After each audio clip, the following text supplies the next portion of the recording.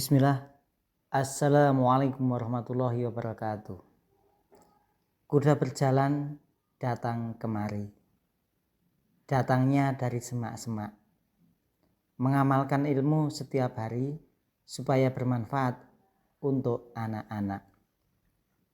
Perkenalkan, saya Herwidatin, sarjana psikologi, sarjana pendidikan, calon guru penggerak Angkatan 10 dari Kabupaten Boyolali, Jawa Tengah. Pada kesempatan yang sangat luar biasa ini, saya akan menyampaikan koneksi antar materi, kesimpulan dan refleksi pemikiran Ki Hajar Dewantoro. Menurut Ki Hajar Dewantoro, pendidikan adalah suatu proses yang melibatkan pembentukan dan pengembangan potensi manusia, baik secara holistik termasuk dalam aspek intelektual, moral, sosial, dan emosional. Ia percaya bahwa pendidikan tidak hanya berfokus pada mentransfer pengetahuan, tetapi juga pada pengembangan karakter dan kepribadian yang baik. Ki Hajar Dewantoro atau nama aslinya Raden Mas Suwardi Suryaningrat. Dia adalah seorang tokoh pendidikan Indonesia yang diakui secara luas. Ia adalah pendiri Taman Siswa, sebuah lembaga pendidikan yang bertujuan untuk memberikan pendidikan kepada masyarakat Indonesia, terutama kepada mereka yang kurang mampu. Pendekatan pendidikan yang dianut Ki Hajar Dewantoro adalah pendekatan yang berpusat pada anak, di mana pendidikan harus sesuai dengan kebutuhan dan minat anak. Ia juga menekankan pentingnya sebuah pendidikan dalam membentuk kemandirian dan kesadaran identitas bangsa.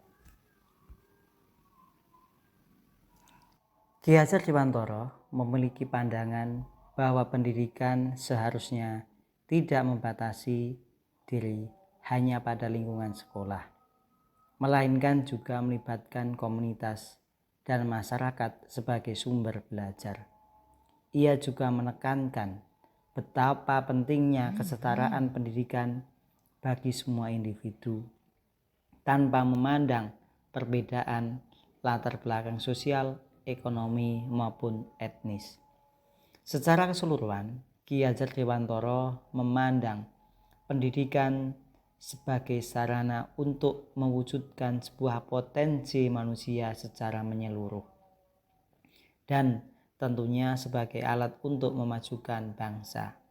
Ia mengajukan sebuah konsep pendidikan yang inklusif, humanis, dan tentunya mengutamakan pengembangan karakter dan keterampilan dalam mencapai tujuan tersebut.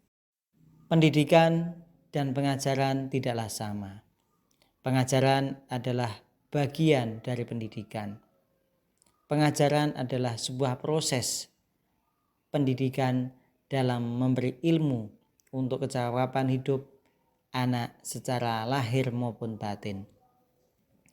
Pendidikan pada hakikatnya adalah menuntun atau memberikan tuntunan terhadap segala kekuatan kodrat yang dimiliki seorang anak, agar ia mencapai sebuah keselamatan dan kebahagiaan setinggi-tingginya, baik sebagai manusia maupun sebagai anggota masyarakat. Pendidikan menciptakan ruang bagi siswa untuk bertumbuh secara utuh agar mampu memuliakan dirinya dan tentunya orang lain secara mandiri. Selanjutnya adalah kerangka pembelajaran. Dalam kerangka pembelajaran ini ada 4 hal yang sangat penting. Yang pertama adalah refleksi terbimbing.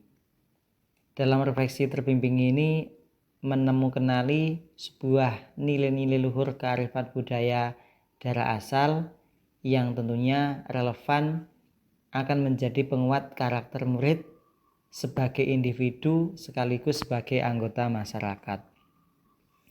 Selanjutnya adalah fase ruang kolaborasi. Pada fase ini ada dua hal, yaitu refleksi kritis serta harapan dan ekspektasi. Yang ketiga adalah elaborasi pemahaman. Dalam hal ini tentunya perspektif refleksi kritis tentang pemikiran filosofi pendidikan dari Ki Hajar Dewantara. Yang keempat adalah demonstrasi kontekstual.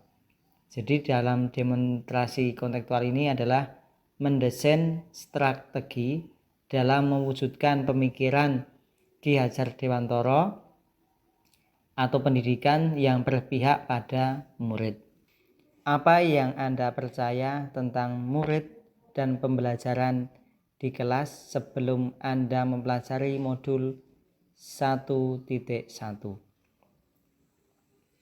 Sebelum mempelajari modul 1.1 tentang pembelajaran Ki Hajar Dewantara, tentunya pembelajaran yang saya lakukan selama ini hanya sebatas mentransfer materi saja kepada murid. Selanjutnya biasanya saya hanya melihat nilai murid dari aspek kognitifnya saja, dan saya menganggap dalam mencapai materi lebih penting daripada memahami karakter murid.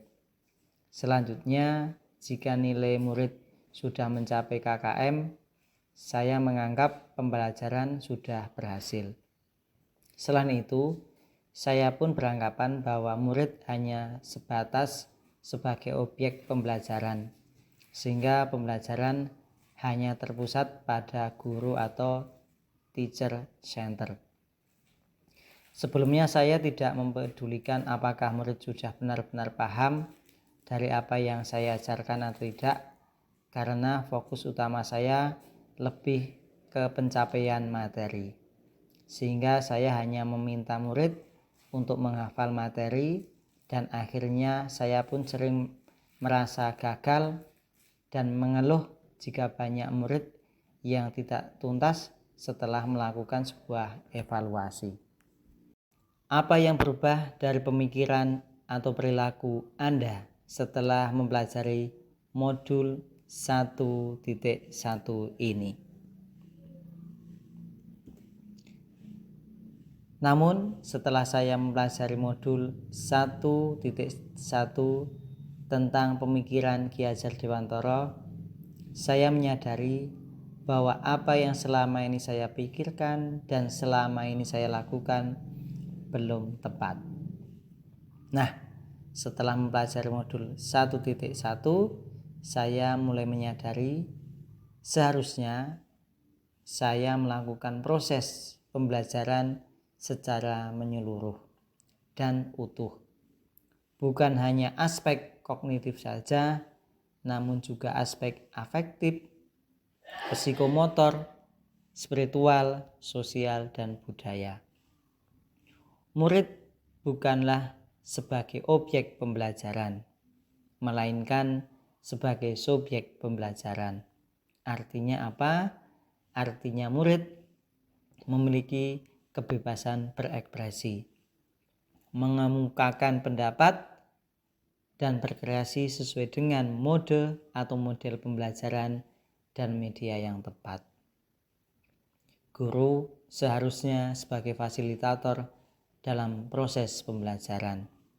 Guru pun harus ikhlas, penuh kesabaran, dengan ketulusan hati, agar mampu terwujud pembelajaran yang menyenangkan dan tentunya berpusat pada murid-murid. Selain itu, saya harus mempelajari karakter murid, sebab setiap anak dilahirkan begitu unik dengan kelebihan masing-masing. Saya harus menghargai setiap karakter murid dan memberikan kesempatan mereka untuk tumbuh sesuai dengan kodratnya. Apa yang dapat segera saya terapkan lebih baik agar kelas saya mencerminkan pemikiran Ki Hajar Dewantara? Yang dapat segera saya terapkan dalam pembelajaran di kelas antara lain Merancang pembelajaran yang menerapkan interaktif. Pembelajaran abad 21 yang menyenangkan dengan berpikir kritis, kreatif, dan tentunya melibatkan murid berkomunikasi dan sesuai dengan metode Student Collaboration Center. Dengan berpegang teguh pada konsep memerdekakan anak, pembelajaran tidak lagi menuntut, tetapi menuntun. Mengenali karakter, karena tugas guru adalah dan latar belakang memberikan tuntunan atau murid dengan menjalin arahan yang baik kepada murid. Berusaha menjadi teladan bagi komunikasi yang baik dengan murid, baik dalam perkataan maupun perbuatan. Pisau diasah buat bertani, bawa ke ladang naik pedati. Selesai sudah presentasi ini, semoga bisa memberi arti. Terima kasih. Salam guru penggerak, bergerak, tergerak, menggerakkan. Wassalamualaikum warahmatullahi wabarakatuh.